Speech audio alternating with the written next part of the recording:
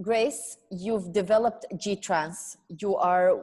When I read your biography, I was not just surprised, I was shocked by the amount of studies into wellness and development that you have done. And also you've managed to come from a corporate world, which means that you are somewhere where most people find themselves, working to earn a living. Right? So I want to talk a little bit about your journey, why you decided to go into wellness versus staying in the corporate world. And the real sincere question, which I think a lot of people would want to know is this really something that's for everyone?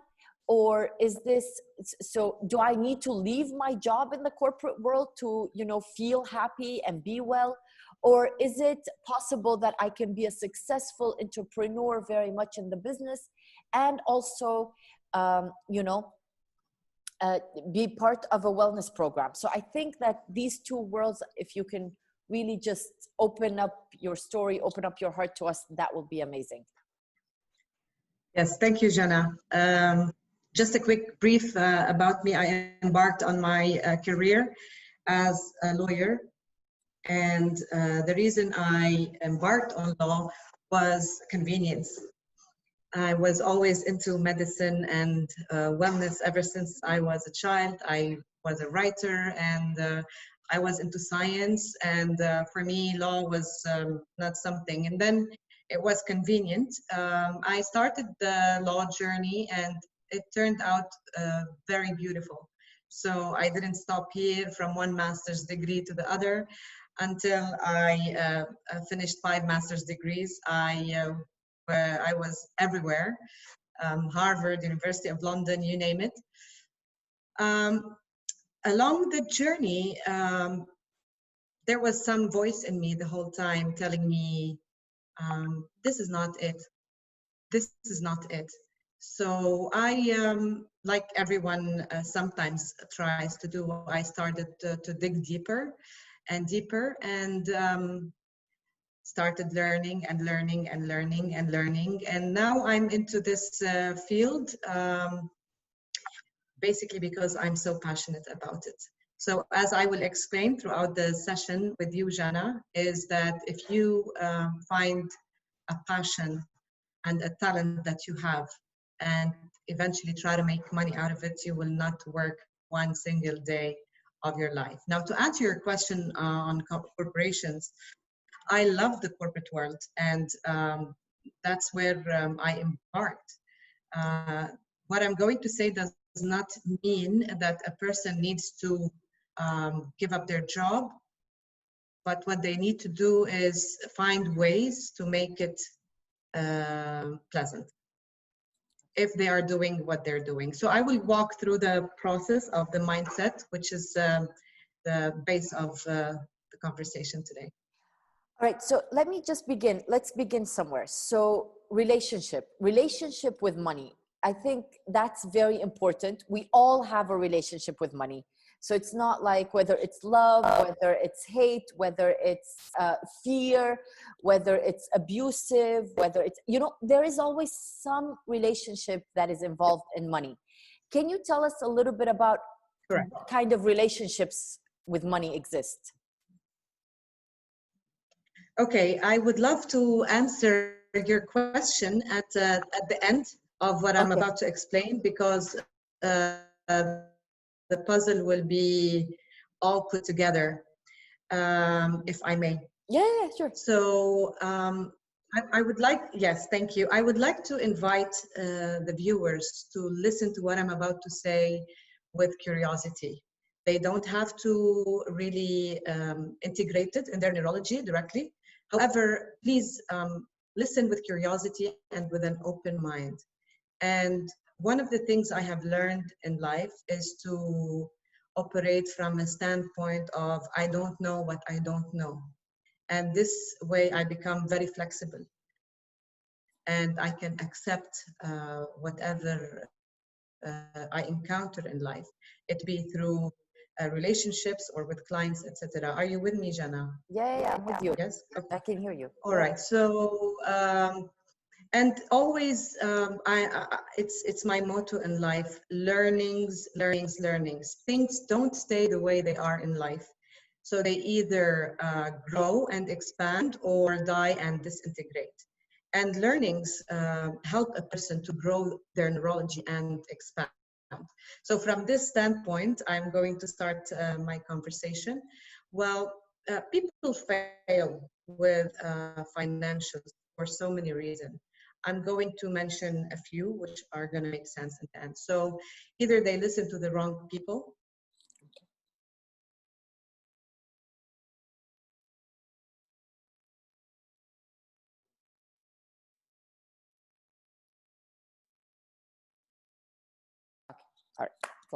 All right, so people fail in attaining wealth and abundance for so many reasons.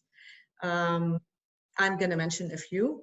So they're either listening to the wrong person, so they're taking advice from somebody who has not developed the neurology of being wealthy and abundant, or they have a low teachability index. In a sense, they think they know everything there is to know about life, so their teachability appetite is very low. Or they spend too much time on the how. And again, the how is very tricky, because when someone starts with the how, it turns out into how I cannot make it, how I don't have the resources to do it. And this is very disempowering. Another reason that I would like to discuss is that they don't spend enough time on their inner work. And this goes back to how you started. So a lot of effort needs to be done on the inner work. So to explain this from a different perspective, I don't know if I can share the screen with you. Yeah, it will be part of, we can all see it if you share the screen with us. Okay, so how can I share the screen? Share screen. I will tell you once I can see it. Yes, so host disabled participant screen sharing. Can you please accept okay, that it's not asking me anything. Screen? Yes, beautifully. You can hit record. Yes, I am recording now. Okay, so one thing I would like to discuss in this context, which I feel is very relative, is cause and effect from the NLP perspective. You know, everyone knows cause, causes, effect, and so on. I'm going to discuss it in the context of a person. So a lot of successful people, and when they started actually NLP, they did research on successful, thousands of them. And they discovered they all had one thing in common. Would you like to know what it is? Yes, for okay. Sure. I would the love one thing in common, yeah, the one thing in common that they had was they were always on the cause side. Now, the question is, what's being on the cause side? I'll give you 2 or 3 examples so it makes more sense. So let's say a CEO of the company goes bankrupt, and the CEO goes, oh, the company went bankrupt because of international economic crisis, because of X, Y, Z. All the becauses are outside of him. So this is one scenario. Another scenario, another CEO whose company went bankrupt. And you ask him, why did your company go bankrupt? And he would go, it went bankrupt because I failed to diversify. I failed to look outside the box and try to find solutions. Now, another example is, I'm gonna give a very silly example, a student in a school. So he fails the exam and then his mother asks him, why did you fail? And you hear it a lot from children. Oh, the teacher doesn't like me, the system is wrong. The people are very creative with their excuses. Another student who failed, you would ask them or him, why did you fail? And he would go, I didn't study enough. Now, why am I giving these examples? Because as long as the cause of whatever is happening in our life is outside of us, this empowers us on one hand, and on the other hand, will not give us the learning. So as long as the cause, it has nothing to do with me, how will I embrace the learning and develop the new neurology that will help me learn for the next mistake. Going back to the examples, the student gets another exam. The student who said the system is wrong, did the system change? Will he study? No. And same applies to the CEO. If the reason behind the bankruptcy of the company he represents is international crisis, well, the international crisis is still there. What did he learn? As opposed to the other examples that I gave you. So blame is a silly game. So again, if you're seeing on the screen, affect people will end up with reasons why they cannot do things. However, cause people are hungry for results. So what can I do? What can I learn from what happened so I can get results? And Albert Einstein said, you do the same thing, you get the same results. So unless you embrace the learning and develop that learning neurology in your mind to do things differently, a person has little room to grow. So imagine if a person chooses to pretend to be on the cause side. This is all mind work. How empowering this worst person would be, imagine. So I'll give you an example that is happening these days. A person, if we want to assume that a person is responsible, whether directly or indirectly, consciously or unconsciously, for everything that happened to their life. And I'm not talking about blaming myself and victimizing myself. Oh, it's me. No, it's the learning. The purpose is to get the learning. How empowering would that be to a person? If I created this, it be sickness, it be a relationship, it be relationship with money, it be abundance, whatever it is. If I choose to pretend that I am the cause for everything that happened to my life, whether consciously or unconsciously, then I can undo it. So I can take the driver's seat and make a change. Yes. So what if, this is actually very important, but what if you reach the stage of, and I get this question a lot, so, okay, I am the cause of my life, I am the cause of my illness, right? So I'm not doing something right. I'm the cause that I'm in a, poor financial situation. But this could also technically, if we're to dig into it deeper, this could also somehow backfire.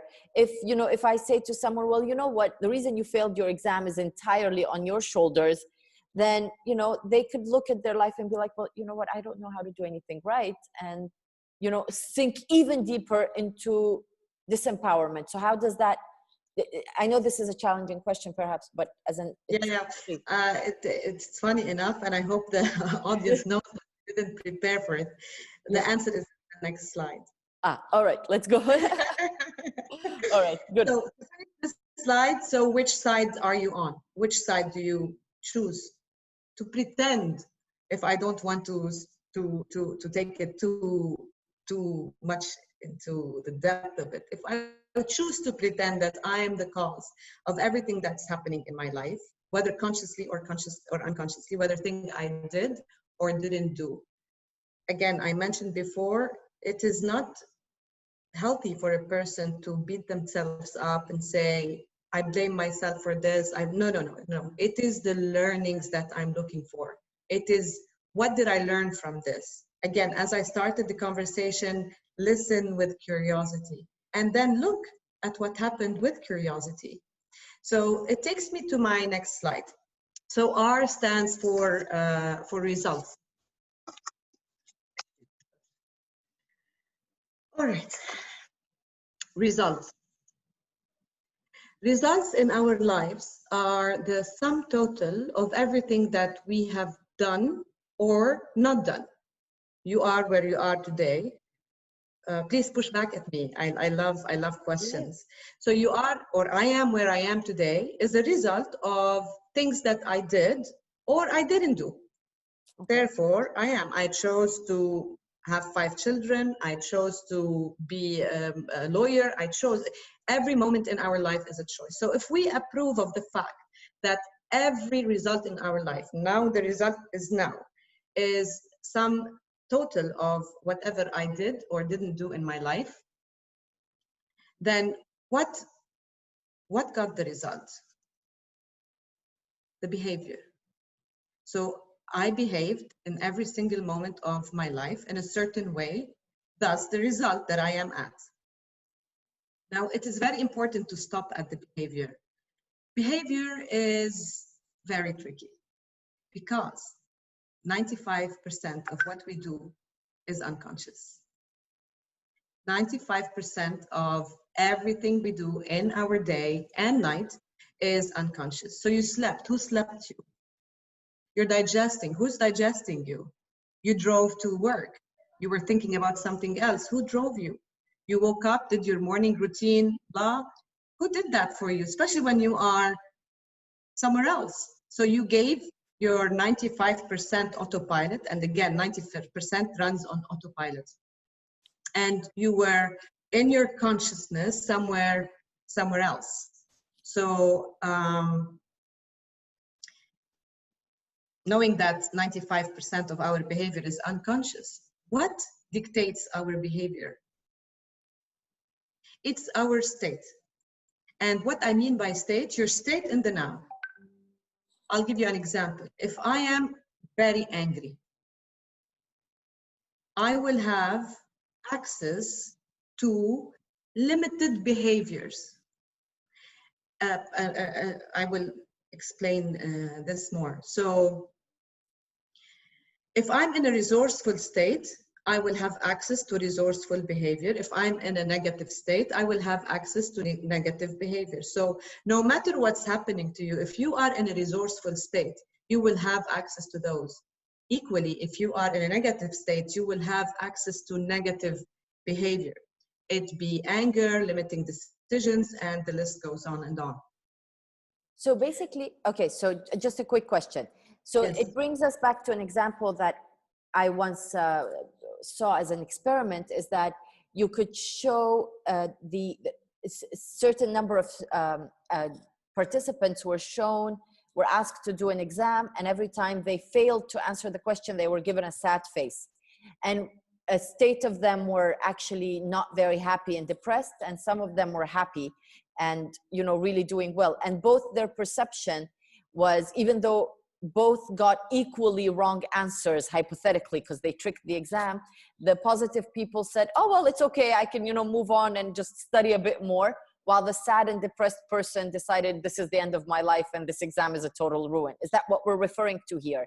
Is that no matter the result, you're still perceiving it in a way that is, it's in you. So it's nothing to do with reality, it's the way you are. That's the state we're referring to? Yes, and this takes me to the next one, which answers your question. Are we in synchronicity or what? The last one is conditioning. Now, after this, I will go to the next slide. So what determines a person's state? It's their conditioning. And I will move now to the next slide. It's a huge slide, so I hope you can access it all. Can you see it?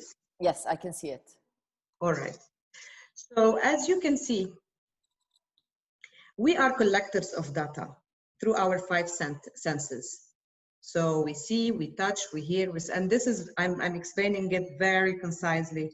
In the trainings, I go much deeper. So because of the limitation of time, I will try to give as much information as possible with the minimum time. So we get data through what we see, we touch, we hear, we feel, we smell, and some, for those who believe in other sensory data. And once we cannot collect, if you're looking out the window, you cannot collect everything. You need to be focusing on something. So in that process, we do something in our brain. We delete, distort, and generalize. So obviously you're not seeing everything, the infinity in one. So you're looking and seeing something. So you delete everything around it. And what you're seeing could be something, not what you are thinking of. So you distort and you generalize. If you're looking at a tree, you say it's a tree, because we are trained to know that this is a tree. At the time for a worm, it's food, right? So we do this process, and in doing this process, how do we decide what to delete, what to distort, and what to generalize is through our conditioning. And what I mean by conditioning is from the moment we're in the mother's womb until the moment that's the question. So our needs drive 80% of our behaviors. Have you heard of me and my story syndrome? So the me and my story syndrome, my book of rules, my values, my beliefs, what I think I can do, what I think I cannot do, my experiences, my memories create my story. And the third thing that that determines what we decide to see or to collect in terms of data is my drive. And each person has a driving question. Now, between parentheses, I was in one of the trainings and I usually ask the students about their driving question. And one of my students had this driving question: how can I make money more? So since we're talking about wealth and abundance, first the question is strong, and I obviously help them rephrase these questions. But another student lifted her hand and she said, isn't it haram to think about money? How can I make money more? Am I not greedy? Now this goes back to this section of what I'm saying. What is their conditioning? What has she or he learned about money? Did they think that money is for the rich and for the bad people? Do they have a bad connotation with money, a bad relationship with money? And all goes down to the section of conditioning. Or maybe have they had bad experiences with money? Did their father not see them because he was busy making money? So a lot of experiences a person can go through that will determine their relationship with money. And this applies, because we're talking about abundance and wealth, I mentioned money, but this applies in every area of your life. It be relationships, social life, physical activity, joy, etc., spirituality, and so on. So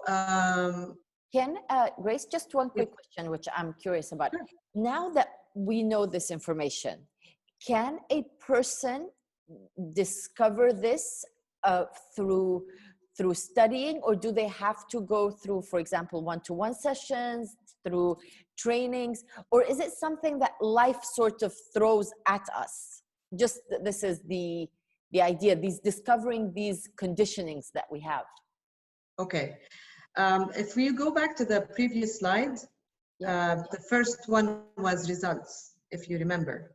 Yes. So you use the 5% of your conscious awareness and you look at your results and you see, do you like the results? Okay. If you like the results, then good. But if you don't like the results, the most dangerous thing to do is try to change the behavior. Because as I mentioned, the behavior is a product of a state, and the state is conditioned. So to answer your question, there's always all roads lead to Rome, and there are always ways to find and to dig deeper. All the programs that I provide in my center help, whether it's one-on-one sessions or with students, help those candidates relate to the root cause of the problem. I would like to throw a metaphor here. Symptoms are, or problems are like weeds in a garden. So as long as you're cutting the surface of the weeds will keep on growing. It's until you pull the weed from its roots that you really solve a problem. And again, I love Albert Einstein. You cannot solve a problem from the level of consciousness that it was created. So the way you are doing the same thing will get you the same results. In that case, there are plenty of choices. My choice was seek help, and broken people and non-broken people seek help. So it's what can I do to make a best version of myself? It doesn't mean that I'm broken. It means that I want to make my life better? And how can I make my life better if my conditioning that's taking 95% of my actions is, ruling?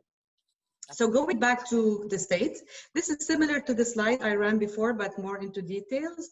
So again, to answer your question, my perceived reality. So each one based on their conditioning, and the conditioning is a result of collecting data through our senses, makes something called meaning making or my perceived reality, I'm sorry.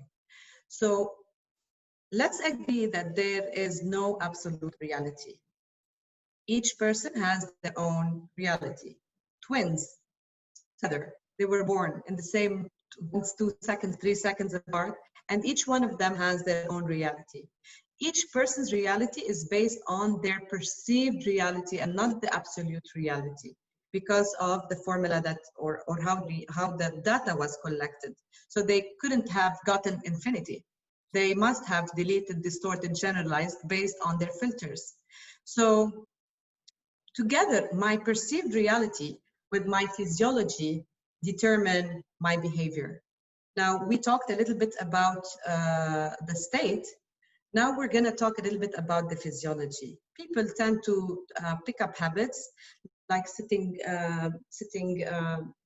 not in a very straight up posture, and always picking up the habit of not having a smile on the face. So let's do this together. If you put a smile on your face, Okay. can you be sad?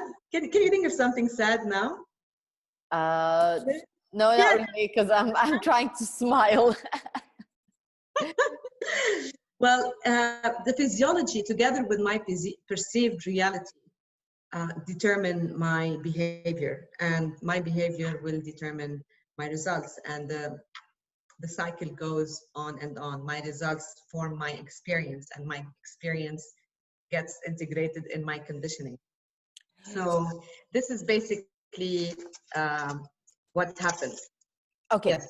So some quick questions here. So let's take it to money situation. I Yes. somehow do not see abundance. I see, for example, businesses closing, poverty, whatever it is.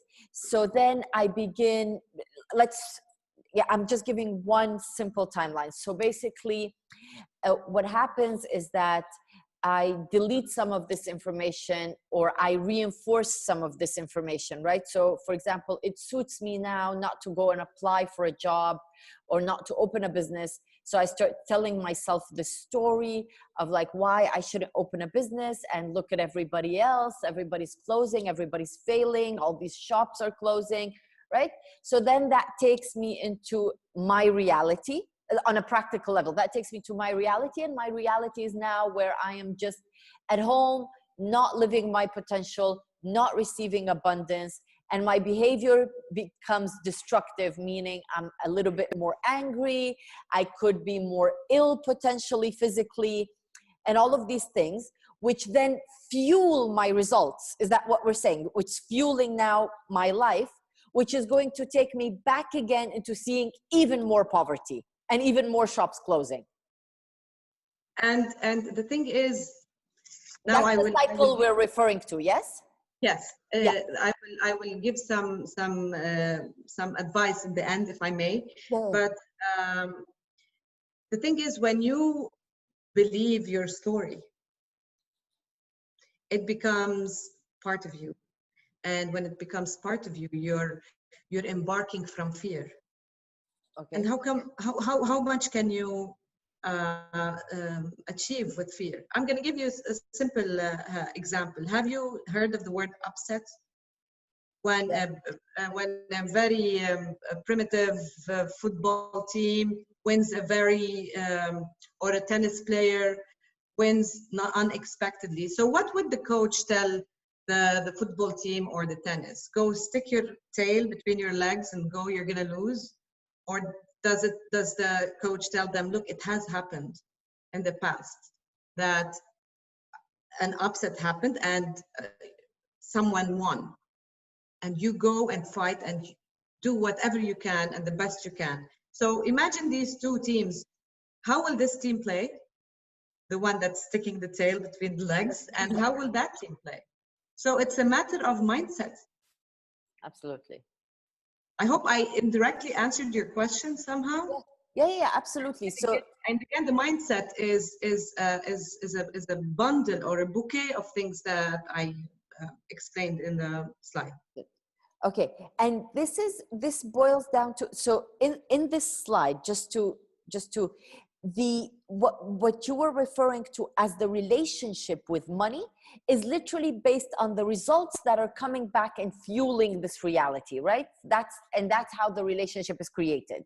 It's not a standalone factor. It's the whole cycle. It's the whole cycle. It's the whole cycle of doing it over and over and over again. Again, I tell you, people become so creative when it comes to finding excuses. And I used to be one of them. And I looked at the results, looked at 5%, used my 5%, the 5% of my conscious awareness. Like, do I like the results? Is this what I want to do?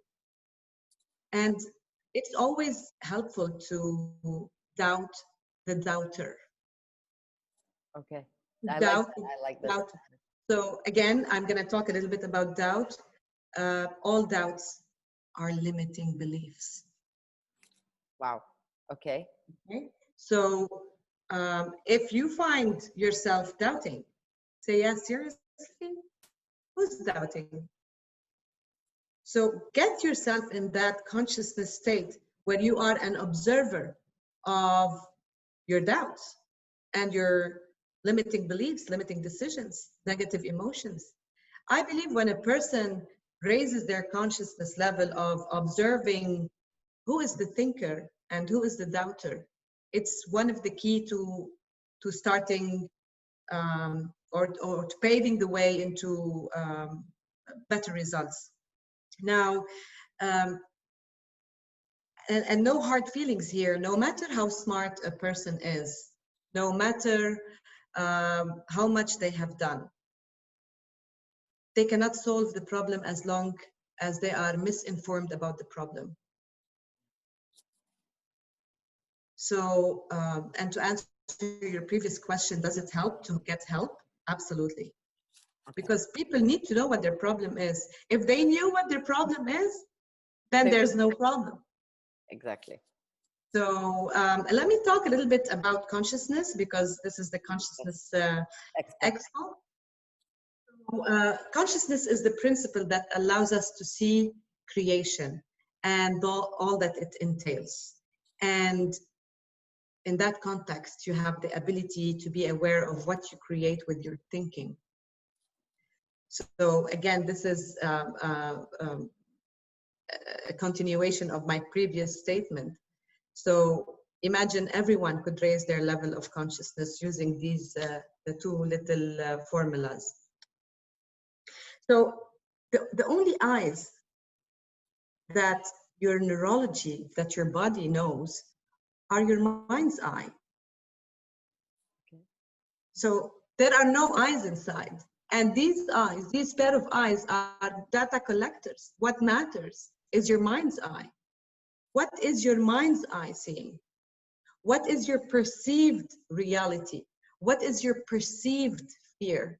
Now, there is actual fear. So let's say I'm sitting here and somebody comes wanting to rob the office. Well, this is not perceived fear.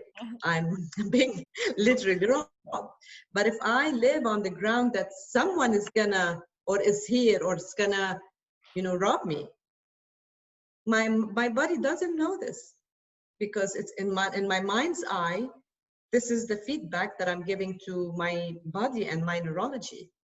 So it is very important to pay attention to this aspect of a person's state. My small piece of advice is in this context is, again, the question is how hard it is to change a state or a conditioning. You can help yourself with stuff. Number one, inoculate yourself, vaccine yourself from stress-related people. and stress-related news. I did a conscious decision not to go and be mesmerized in front of the TV looking for news. Surround yourself with positive people. Surround yourself with people who have had abundance and wealth, because they have that state of mind that always help them. There's nobody who doesn't have obstacles. We call it the black swan. They have crossed over their obstacles. And if anything, I want to tell the viewer here, do not let anyone, do not allow anyone to put you down. The power of suggestibility is so huge. A person could be caring for you and tell you, oh, it's okay, but you can't do it. He's meaning, or she's meaning well, but what did it do to you? Instead of inspiring you and you know, helping you achieve your potential, as opposed to get stuck in the limitations that you build around yourself, and not you, Jana. You know, Grace, it reminds me of something very, very powerful that I learned at the beginning of my journey, and it's something that you've highlighted spot on, which is begin your day, begin your answer, begin your consciousness, begin everything with yes. And whatever possibilities happen or do not happen, or whatever challenges or opportunities that come, just approach them with a yes. Some things really don't work out, right? But they've not worked out for your best. And the things that are really, you know, your path, your thing, your life's journey will be in your way. I think that's very powerful, to remove, as you said, these limitations from people, from disempowerment, from negativity, because it fuels, just like you said, so many limitations and so much unachieved potential that we as humans generally have. We all have infinite capacity to love, to share, to create abundance. So I think it's very, very powerful. So thank you for highlighting that message that, you know, it resonates so much. Thank you too, Jana. On this note, you mentioned a word that I like to give an observation on, and it happens to me all the time. Whilst sometimes I feel this is not for my best, I'll give you a live example now. I started G-Trans, was over the moon, and then the corona turmoil happened. In my mind, this is not the best thing that can ever happen, but who am I to know? Maybe it is. Maybe it is. So always, if a person looks at things happening to them with awe, no matter what life brings to them, listen with curiosity, and keep on remembering to take the learnings. What is it for me to learn from what happened? And I tell you, Jana, I learned a lot, and I'm sure everyone listening to me had a lot of learnings. So whether or not it's the best thing to happen to me or to anyone else, I'm not in a position to fathom at this moment, with my neurology, with my conditioning, what's best. The only way I can look at things is, what can I learn from this? Why is it happening, and how can I make benefit out of it? And if each person turns their me and my story syndrome from victimhood to being on the cause side, and to really taking the driver's seat in their life, and just being, just be. I'm sure you've heard of it. We're not human doings, we're human beings. If you just allow yourself to be observed with awe and with curiosity, a lot of potential will be ahead of you. Now, if I may,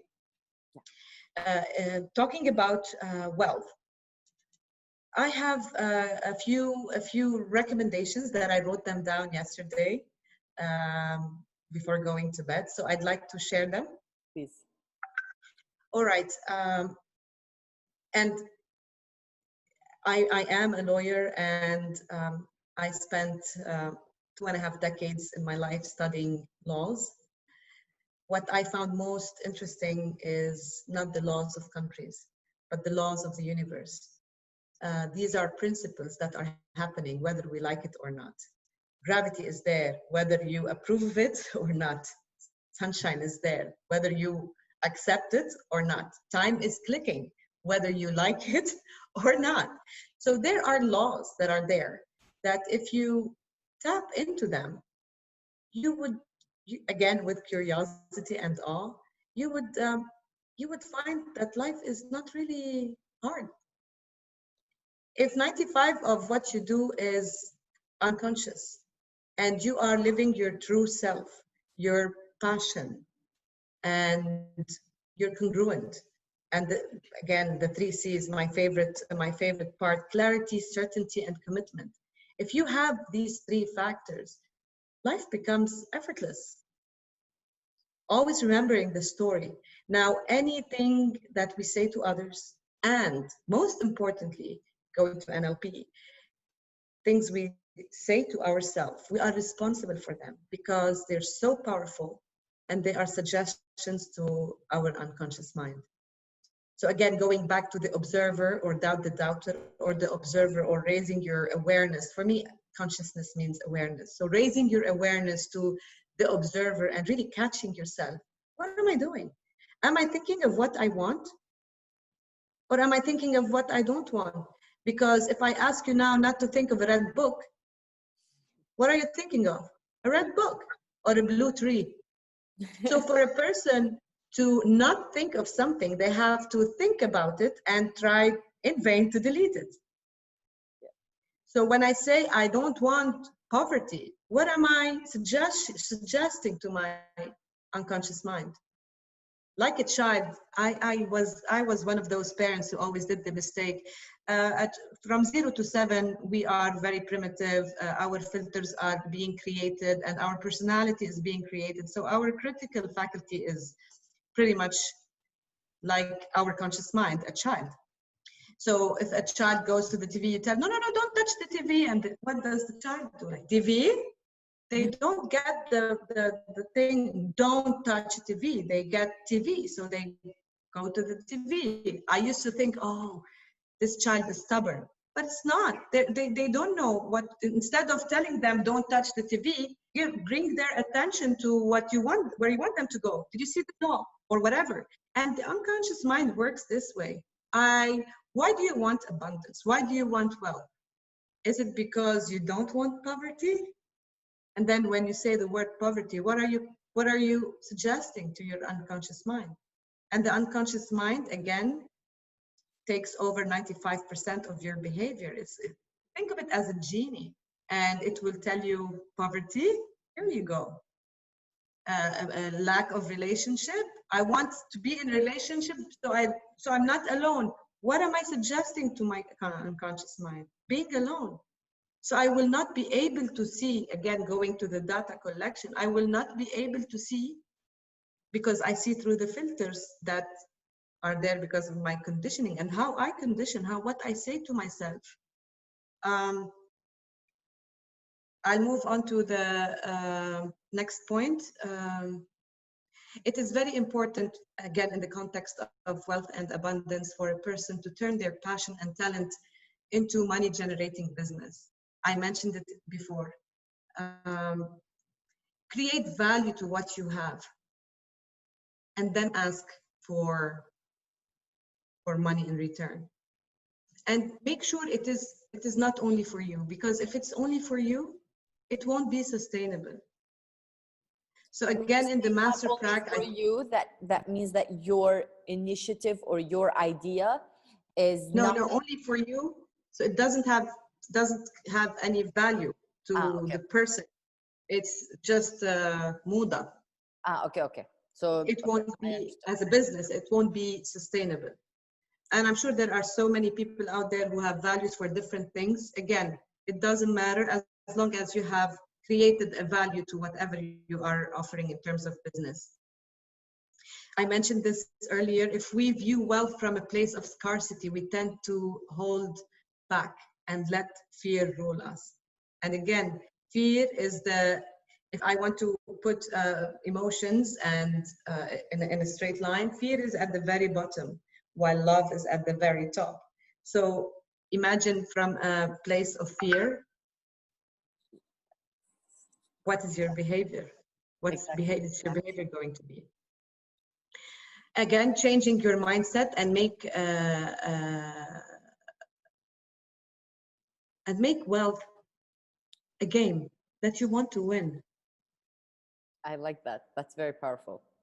Yes, make wealth. Okay, this is a game and I want to, no strings attached. Make wealth a game that you choose to win. Yeah. If you are, whatever starts from emptiness ends in emptiness. So if I don't feel happy, again, talking about happiness and money, money might not create happiness, but it creates freedom. As you mentioned, you own your business, so you need income. It creates freedom. It helps you do whatever you want to do. It be healthcare, it be education, it be the places you go to. Unfortunately, this is how we are. We're no longer in the hunter-gatherer realm. So money provides freedom these days, but approach that from a standpoint of fulfillment and a game rather than lack and emptiness. And need. All right. I'm going to touch on something that's my passion now. People tend to think of wealth and abundance as a standalone thing. As in fact, it's not a standalone thing, because wealth is relative. So I like the saying, a person who has good health has 1,000 problems. A person who has bad health has one problem. So, which is bad health. So everything else is no longer a problem. It has one problem, it's health. So taking care of your wellness and total wellness and health is very important. And I believe doing that will help you achieve better and be stronger every single day. It be meditation, it be doing yoga, exercise, eating healthy, going in nature. All these enrich your soul and enrich your state and will help you immensely. A lot of research has been written and explained on what meditation and what being in nature does to a person. I lost you, Jana. Are you there? No, I'm here. I'm here. I'm here. All right. Before finally, again, every business should have a purpose and a problem that it's solving. So every business needs, without a purpose, what's the business about? And again, going back to value, what problem is it solving? What happens these days is people get stuck into their comfort zone and their average. And anything beyond that is a wishful thinking or a dream.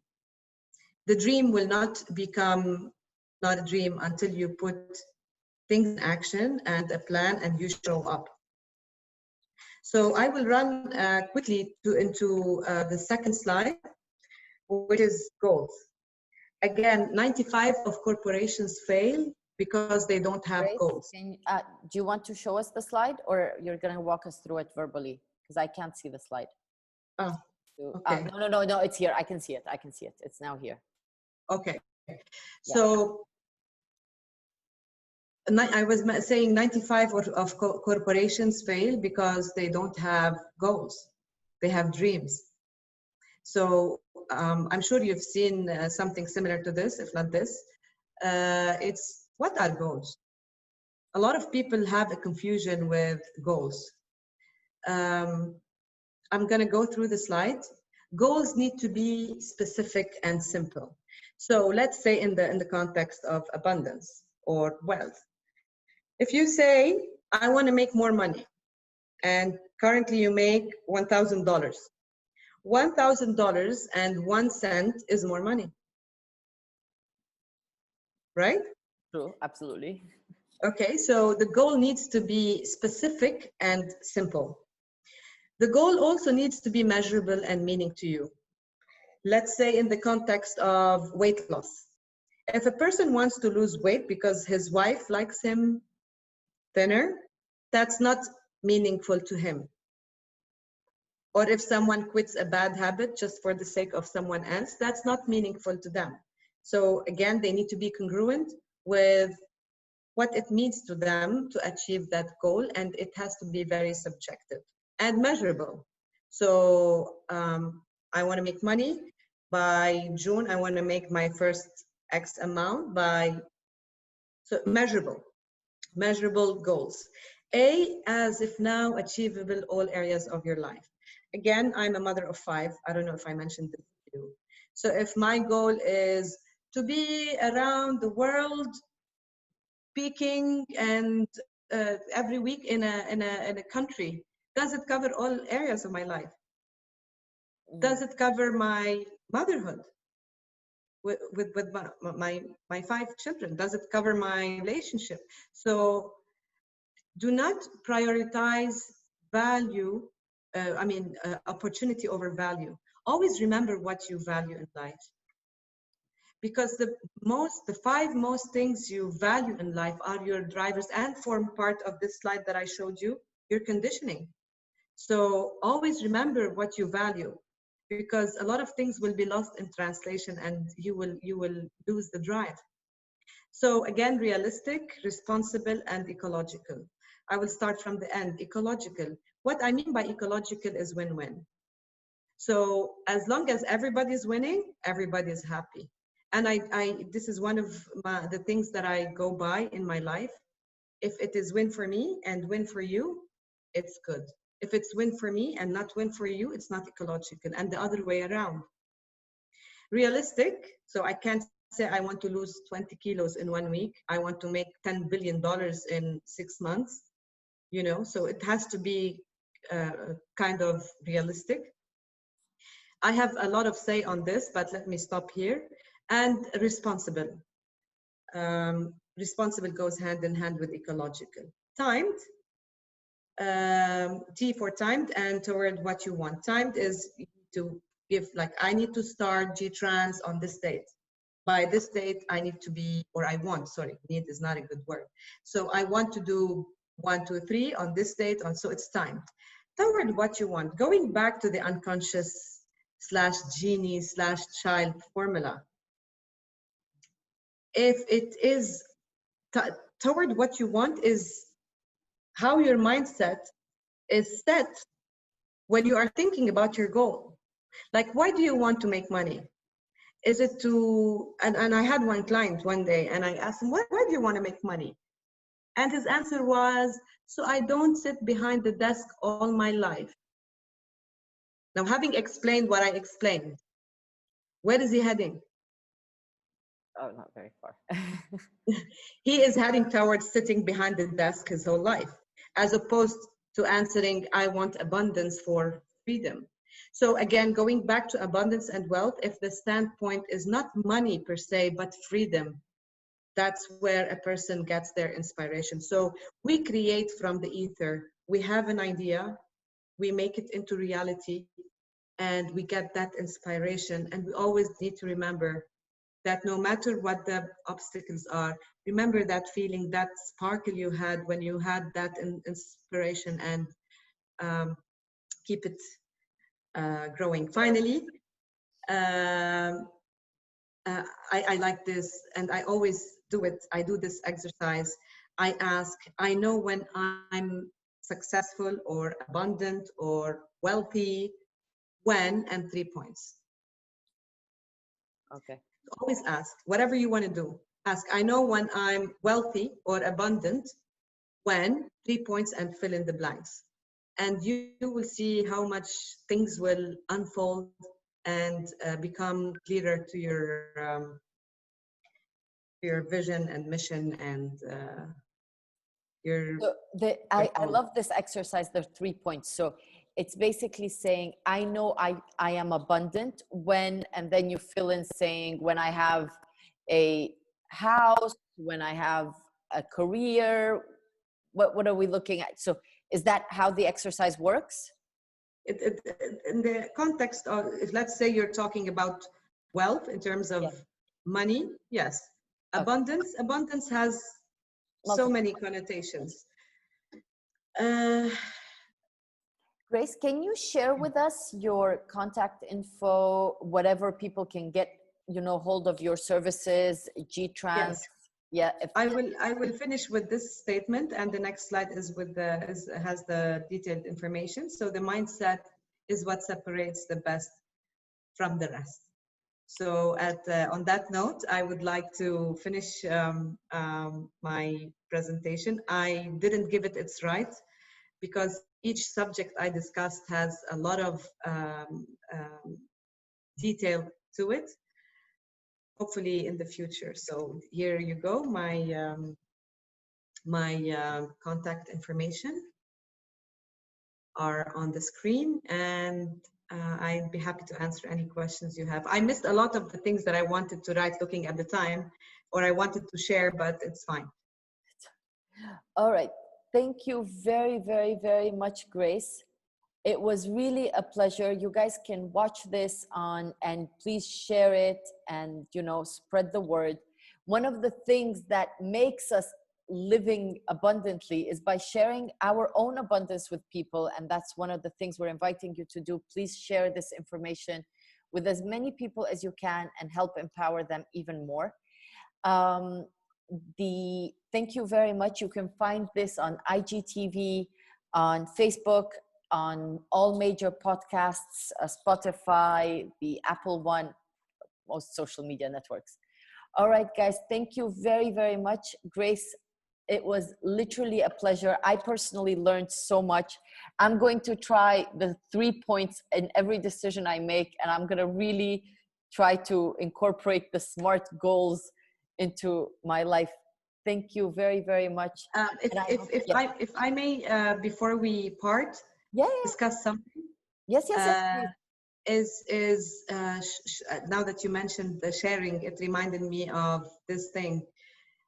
A person who looks for abundance needs to share. A hoarder will block any energy flow, money being or wealth being energy, will block the flow of that energy once they don't share. And from experience and from the people I know, most of the successful people and wealthy people I have met in my life do share and do help others very silently. And I think this is how it should be done. Just a final note, now that you mentioned sharing. Thank you. Thank you, Jana. Thank you, Grace. Thank you. All right, guys. See you later. See you. Bye. Bye.